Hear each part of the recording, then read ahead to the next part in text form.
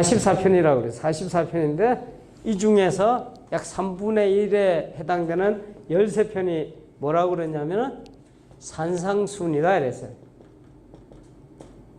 그래서 31편이 남았잖아요. 그래서 31편은 이미 우리가 쭉 벌써 다 해왔고 남아있는 게 오늘과 다음 주면은 이게 다 끝납니다. 그러면 2주가 남더라고요. 2주가 남는데 나머지 2주는 총정리를 하려고 그래.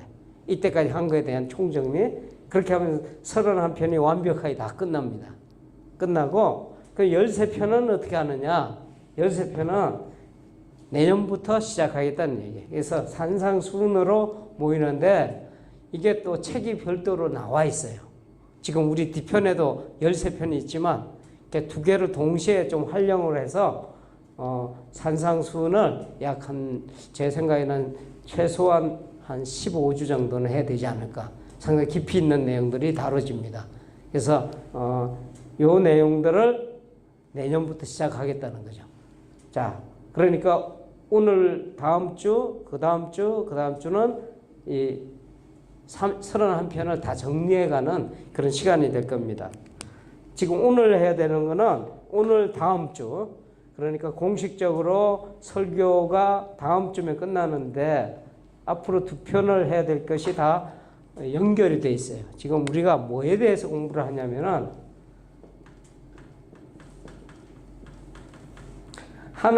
우리가 하늘 가는 사람들이다 이런 표현을 썼어요. 자꾸 무슨 이야기를 하냐면 이 오늘의 살아가는 하루하루의 삶과는 관계가 없이 생각을 해 자꾸. 이 용어 때문에 그러는지 몰라도 구원이라 써도 마찬가지예요. 근데 그게 아니고 하늘나라를 이루는 길은 우리가 앞으로도 영원히 살아가야 될 영원한 세상에 대한 이야기를 하고 있지만 또 한편으로 이 땅을 살아가는데 필요한 내용들을 지금 이야기하고 있단 말이에요. 그러니까 적용만 잘하면 지금 여기에서도 주님께서 약속하신 하늘나라를 경험할 수 있다는 거예요. 적용만 잘하면. 그런데 이 길을 몰라. 이때까지 31편을 통해서도 설명했는데도 이해를 잘 못해. 산상순을 통해서 더 압축된 걸 아마 이야기할 거예요. 그걸 다 해도 잘 몰라. 모른다는 게 못 들었다는 게 아니고 듣기도 다 들었고 이해도 다 했어. 그런데 막상 그거를 현실에 적용시키라 그러면 못하고 있단 말이에요. 남녀노소 누구를 막론하고 이상하게도. 그러니까 신앙생활을 자꾸 공중에 뜬 것처럼 생각해요. 그러니까 매일의 삶에 있어서 우리가 놓치고 있는 부분이 있단 말이에요. 뭐냐면 하늘나라를 자꾸 놓쳐요. 나중에 죽어서 가는 나라라고 자꾸 생각해버린단 말이에요. 이게 아니다는 거예요. 내가 학생이든 이거는 남녀노소예요. 남녀노소. 어리고 또 나이를 먹었고 또 남자고 여자 이런 거 아무 관계가 없어. 누구든 간에 내가 있는 자리에서 하늘나라를 누릴 수 있단 말이에요. 이렇게 목 놓아 이야기하는데도 하늘나라는 모르겠습니다 하는 사람이 태반이요. 이렇게 강의를 듣고도 몰라. 앞에 갖다 놔도 모른단 말이에요. 우리가 뭐라 그래? 눈뜬 소경이라는 말을 쓴단 말이에요. 자꾸 이런 일이 자꾸 생겨요. 그러나 바라기는 오늘 이 말씀을 듣는 여러분에게는 아하, 이게 진짜 살아있는 하나님 말씀이구나 하는 것을 다 깨닫고 체험하고 누리시기를 축원드립니다. 자, 하늘 가는 사람들이라 그랬어요. 그러니까 이 땅에 이때까지 우리는 하늘 가는 길이 어떤 길이다 하고 설명을 쭉 해드려서 그게 이때까지의 설교의 내용이요. 남아있는 설교, 지난 시간을 포함해서 지금 오늘 다음 시간 이 3편의 설교는 뭐에 가는 거냐면 하늘 가는 사람들이 어떻게 이 땅에서 살아가야 되는가, 어떻게 이 땅에 살아가야 하늘나라를 누리는가 하는 것에 대한 이야기를 했어요. 지난주에는 기억하시는지 모르지만 이 말씀을 드렸어요. 하늘 가는 사람들의 삶의 원리 딱 하나다 그랬어요. 뭐냐? 자기를 부인하고 그죠? 자기를 부인하고 날마다 자기 십자가를 지라 하는 이 원리를 따라 살아야 된다 하고 말씀드렸어요. 그건 어떻게 삽니까? 지난 시간에 설명을 다 했습니다. 모르겠는데요? 그러면은 유튜브 다 띄워놨어요. 들어가서 한번 보시면 돼요. 그래도 모르겠는데요? 그럼 나도 몰라. 오늘은 뭐냐? 하늘 가는 사람들이 나는 어떻게 살아가느냐 하는 문제였다면, 오늘은 뭐냐면 나와 너의 관계예요. 나와 너. 나만 사는 게 아니잖아. 세상 사는데. 너하고는 어떻게 살아가느냐, 이 관계의 문제. 특히 신앙 공동체 안에서, 믿음의 공동체, 교회라는 데 안에서 나와 나는 어떻게 살아야 되는가, 관계하면서 살아야 되는가. 가장 중요한 것이, 여기에 가장 중요한 것이 말조심하는 거예요. 지금 오늘 여기에 대해서 우리가 좀 배운단 말이에요. 어떠한 것이 공동체를 파괴하고, 이거는 가족도 마찬가지예요. 가족, 교회 할 것 없이 이걸 잘못 다루게 되면 다 망가집니다. 그래서 오늘은 여기에 중심 주제가 험담에 대한 이야기를 하겠다 말이에요. 험담. 험담에 대한 이야기. 이 웨슬리 목사님이 험담을 뭐하고 똑같이 비중을 두고 이야기했냐면, 이 험담은 바로 살인하지 말라는 계명하고 똑같다라고 이야기하는 거예요. 무지하게 중요한 이야기. 자, 험담의 치유. 페이지 122페이지. 자, 본문 말씀 쭉 나오죠? 내 형제가, 여기 아주 중요한 이야기. 한번 같이 읽어볼까요? 큰 소리로. 시작. 내 형제가 주의 종합하거든 싸워와 사랑하는 상자하여 도와라. 만일 그러면 내가 내 형제를 얻은 것이요, 만일 그렇지 않거든 한두 사람을 데리고 가서 두세 증인의 입으로 말마다 확증하라. 만일 그의 말도 듣지 않거든 교회의 말하고 교회의 말도 듣지 않거든 이방인과 세리와 같이 여기라. 오늘 험담에 대해서 이야기할게요. 이게 우리한테는 모든 사람한테 사실 너무나 중요한 이야기. 124페이지 바로 넘어가네요. 험담이 뭐냐? 거짓말이나 근거 없는 비방과는 다르다. 거짓 뉴스라는 게 있죠, 요새. 거짓 뉴스. 이제 가짜 뉴스. 가짜 뉴스하고는 달라. 가짜 뉴스는 근거도 없고 그냥 이야기하는 거지만, 거짓말을 하는 거지만, 여기는 근거가 있어요. 근거가 있는 내용인데 다른 사람에 대해서, 다른 사람의 어떤 잘못에 대해서 비판적으로 말하는 것이다.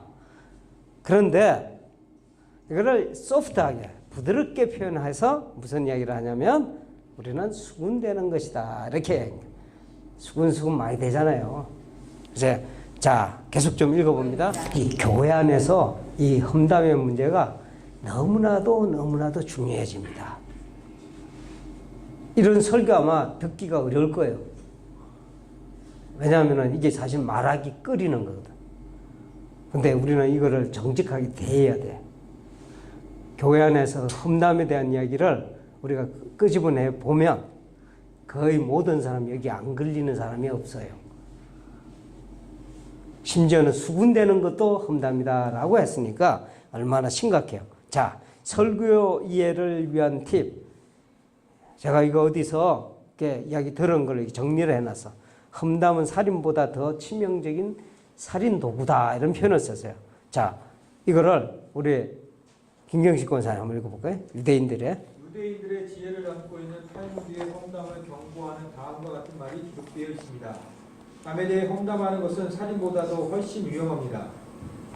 살인은 한 사람밖에 죽이지 않지만 험담은 세 사람을 죽이기 때문입니다. 자, 흥미로워요. 그죠? 탈무드에서 험담은 세 사람 죽인대요. 살인은 몇 사람 죽일 수 있어요?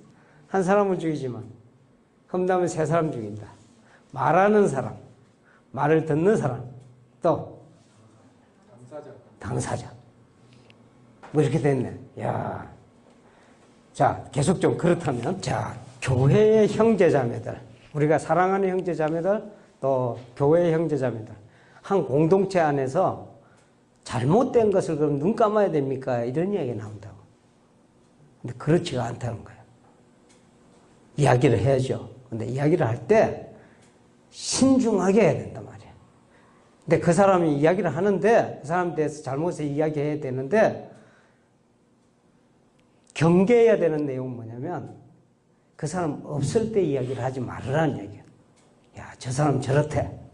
저 사람 저 인간이 저래. 이렇게 하는 것은 명백한 죄라는 거예요. 근데 우리는 다 그렇게 해요.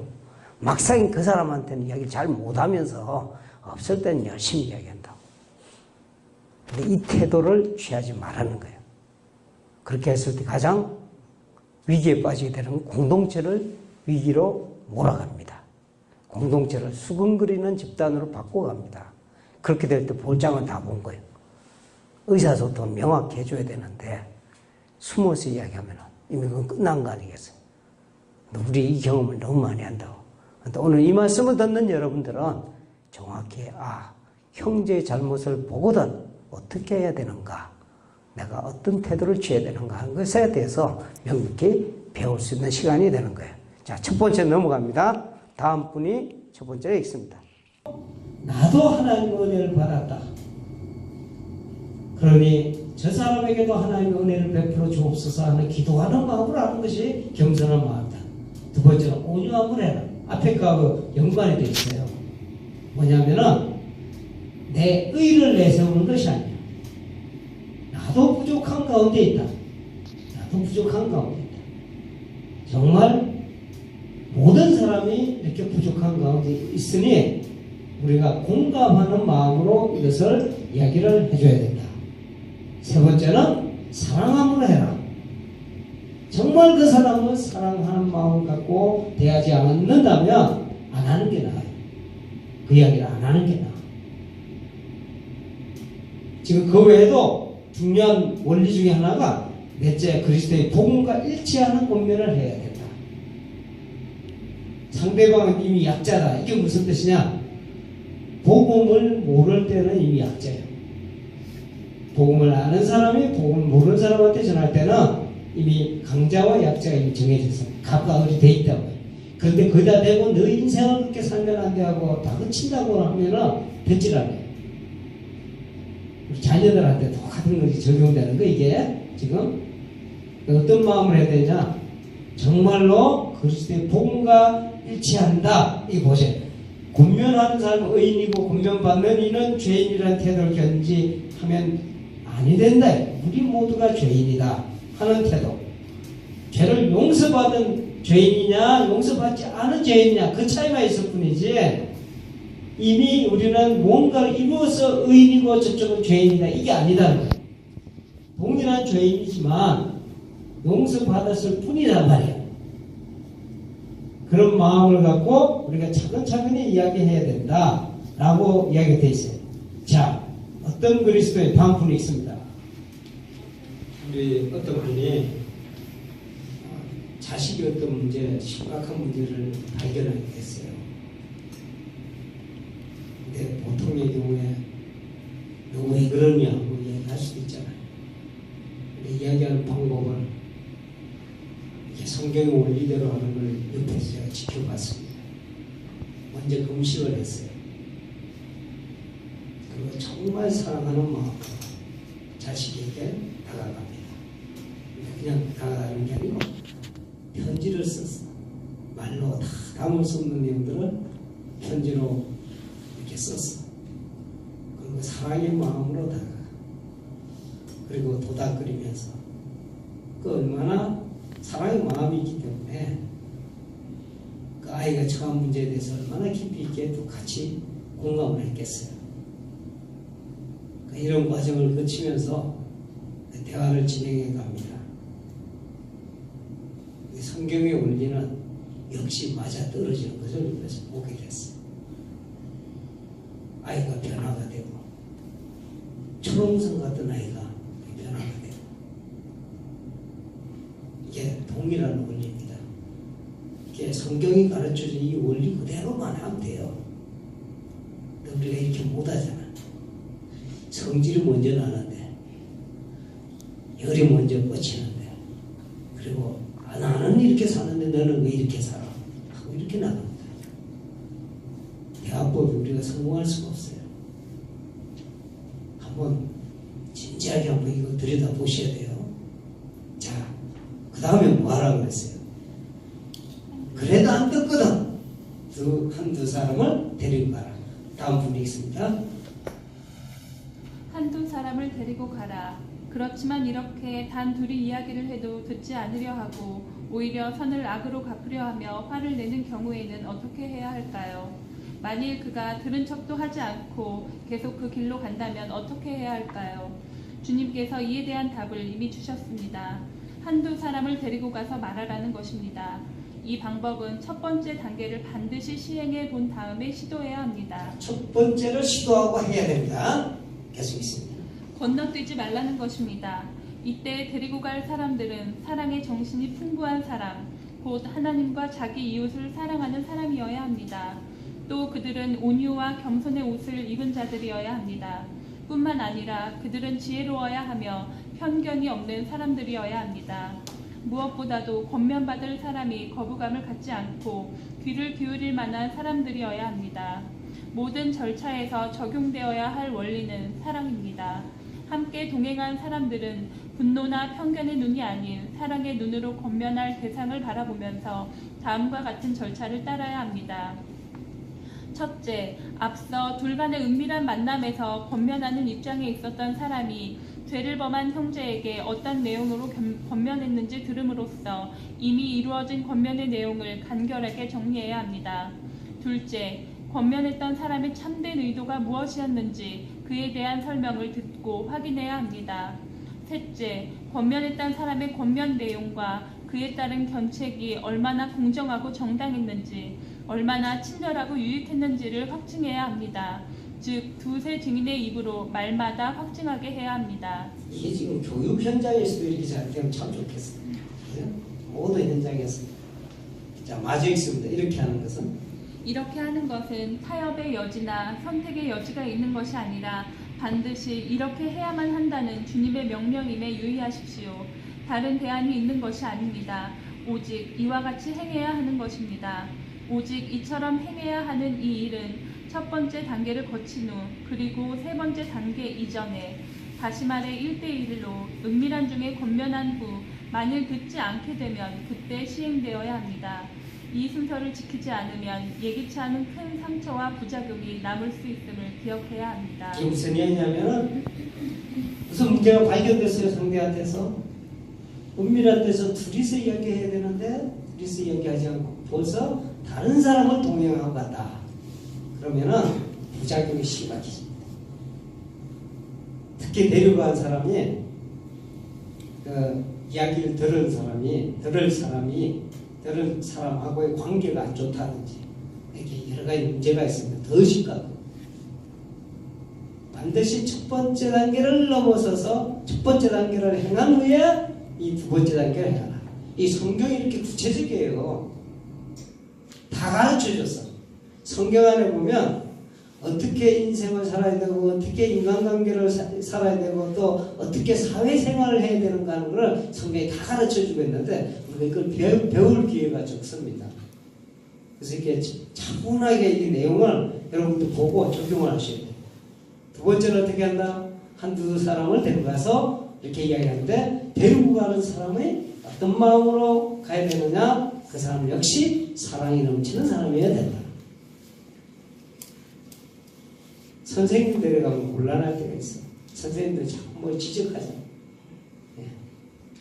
예. 이럴 때는 여기서 대체적으로 지금 다음의 내용하고 연관이 돼 있어요. 교회에 말하라 이 내용과 연관이 돼 있어요. 자, 다음 분이 한번 읽어볼까요? 오늘 성경은 상당히 실용적이에요. 실제적이에요. 잘 이렇게 활용을 하시면 인간사가 편안해집니다. 천국을 이뤄갈 수 있어요. 지금 천국 가는 길이에요. 이게 천국을 만드는 방법이란 말이에요. 이렇게 안 하니까 인간관계가 다 뒤틀려. 서로 안 좋아.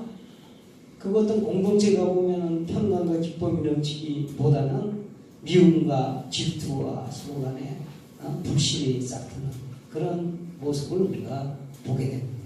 이 세 번째 단계는 쉽게 요새 말로 쉽게 얘기하면 목사님께 아뢰라. 그리고 도움을 청하라.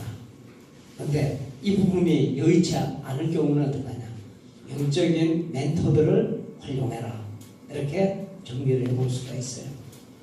근데 이 단계를 첫 번째와 밀접하게 결부시키는 것이 또 중요해. 무슨 이야기냐면 어떤 문제가 발생했을 때, 어떤 형제의 죄를 보고 혹은 문제를 지적해야 되고 어떤 이야기를 해야 될 때 바로 가서 이야기를, 야 성경 보니까 둘이서 이야기하라고 그랬지, 바로 가서 하는 거는 맞지 않다는 거예요. 첫 번째는 이 부분을 해결하기 위해서는 기도로서 준비하는 것이 맞아요. 그러면서 영적인 멘토가 있으면 항상 상의를 시종일관 같이 해가라 하는 얘기. 쭉 이렇게 시종일관 같이 해가면 각 단계마다, 이 단계는 자기가 이제 상의를 해가면서 밟아가되 방향은 그렇게 잡아서 가라 하는 얘기. 자, 정리를 해보면 첫 번째 단계는 뭐부터 한다? 형제의 문제가 발견됐을 때 어디 가서 수군대거나 다른 사람한테 쟤는 저렇대 하고 이야기하라고 그랬습니까? 하지 말라고 그랬어요. 일단 스톱을 해야 돼. 그냥 내가 입을 다물어야 된다. 그리고 우리의 시선은 어디로 향해 가야 되냐면 하나님을 향해 가야 된다. 정말 하나님을 향해 내 마음을 두고 기도하는 마음으로, 그리고 사랑하는 마음으로 상대에게 우리가 견책을 혹은 필요한 이야기를 해요. 그러나 이 모든 것들은 아까 이야기한 지혜로운 그 순서에 따라서 지혜롭게 해나가야 된다 하는 얘기. 그러니까 첫 번째 안 됐을 때는 한두 사람을 데리고 가라. 그 사람도 내 마음과 같은 마음을 가진 사람, 그 사람을 데리고 가서 이야기를 해라. 그 사람이 두 번째 단계에서 바로 영적인 멘토가 될 수도 있다 하는 것이 아까 이야기한 거예요. 그 단계가 또 안 됐을 경우 영적인 멘토에 완전히 가서 교회가 말하게 하는 거예요. 교회가 말하게 하는 거예요. 그래도 안 들으면 어떡합니까? 이방인과 세리처럼 여겨라. 그랬더니 야 옳다구나. 그걸 가서 너하고 나하고는 이제는 끝이다 하는 이야기를 하라는 얘기가 아니고, 우리가 이방인과 세리를 대할 때 성경에는 어떻게 대하라고 그러냐면 사랑하는 마음으로 역시 대해야 됩니다. 그러나 중요한 것은 여기에 어떤 심적인 내가 책임감을 느낀다든가 부담감을 느낀다든가 이런 심정으로는 살지 말라는 얘기예요. 거기서는 벗어났기 때문에. 그럼 자식의 문제는 어떻습니까? 세 번째 단계 가서 이방인과 세리처럼 여겨야 됩니다. 여기도 될 것 같아. 이 정도까지 했는데 안 들으면 우리가 쓰는 말 있죠.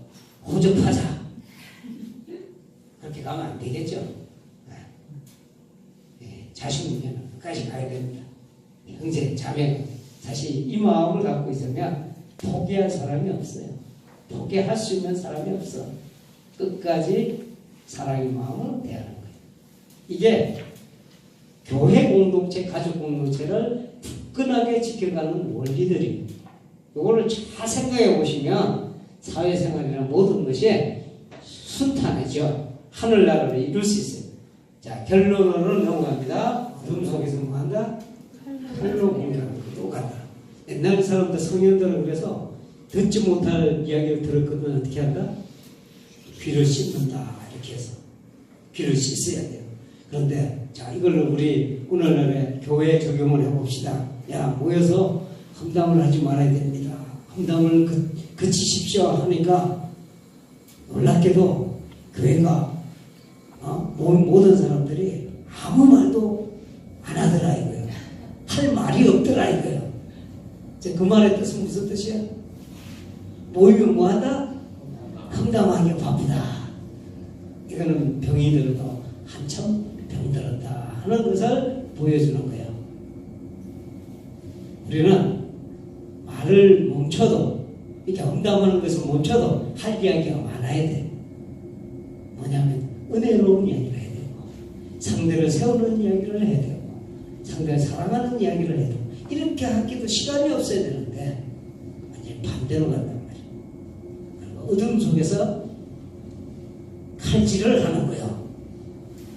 상대를 난도질한단 말이에요.